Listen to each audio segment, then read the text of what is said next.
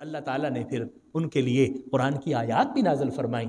اللہ تعالیٰ نے ان کی شان کے لیے قرآن مجید فرقان حمید کے اندر اپنے پیارے ارشادات بھی بیان فرمائے. سورہ لیل کے اندر حضرت ابوبکر صدیق کی جو خصوصیت ہے نا کہ وہ اللہ کی رضا کے لیے خرچ کرنے والے، ہمیشہ اللہ کی رضا کے لیے خرچ کرنے والے ہیں، وہ خصوصیت کو بیان کیا گیا.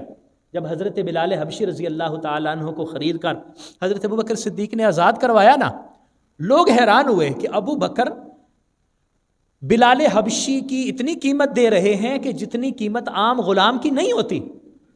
مارکیٹ کے اندر جب ہم غلام خریدنے یا فروخت کرنے کے لیے جاتے ہیں تو یہ ریٹ نہیں ہے غلام کا. ابو بکر نے ایک حبشی غلام کے اتنے پیسے دیے، اور ابو بکر تاجر پیشہ ہے، اور تاجر پیشہ لوگ کبھی بھی خرید و فروخت میں گھاٹا نہیں کھاتے، وہ سودا صحیح لیتے ہیں، دیتے بھی صحیح ہیں، لیتے بھی صحیح ہیں، ریٹ کا خیال رکھتے ہیں، اپنے منافع کا خیال رکھتے ہیں. ابو بکر صدیق نے اتنے پیسے دے دیے. اس کا مطلب ہے کہ ابو بکر صدیق کے اندر کوئی نہ کوئی ایسی بات چھپی ہوئی ہوگی. ابو بکر کو دنیا کے مقصد کے لیے کر رہے ہوں گے کہ میں یہ آزاد کروں تاکہ اس کو کوئی منافع ملے.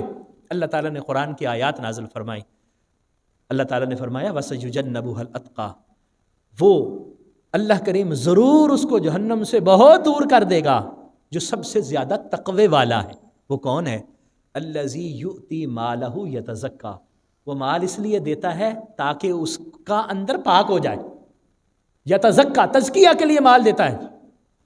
وما لأحد عنده من نعمة تجزا، کوئی کسی کا احسان نہیں ہے ابو بکر پر کہ ابو بکر جس کا بدلہ دے رہا ہے، کسی کا کوئی احسان نہیں ہے.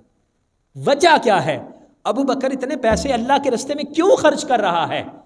دنیا والے تو نہیں سمجھتے نا، لیکن ابو بکر کا اللہ تبارک و تعالیٰ نے خود دل کی کیفیت کو بیان کیا.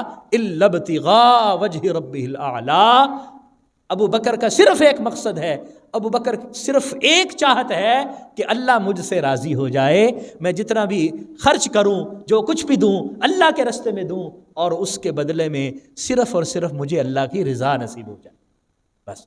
اور اللہ تعالیٰ نے فرمایا بھی اللہ کریم راضی ہوگا.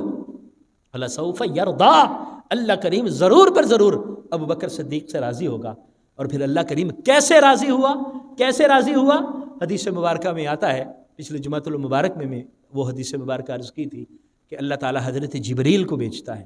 ابو بکر صدیق نے ٹاٹ کا لباس پہنا ہوا، اور ٹاٹ کے لباس کے اوپر کانٹے کے بٹن لگائے ہوئے ہیں، کپڑا بھی نہیں ہے، بٹن لگانے کے لیے بٹن بھی نہیں ہے، کانٹے کے بٹن لگائے ہوئے ہیں، اور آگے سے اس کو بند کیا ہوا ہے.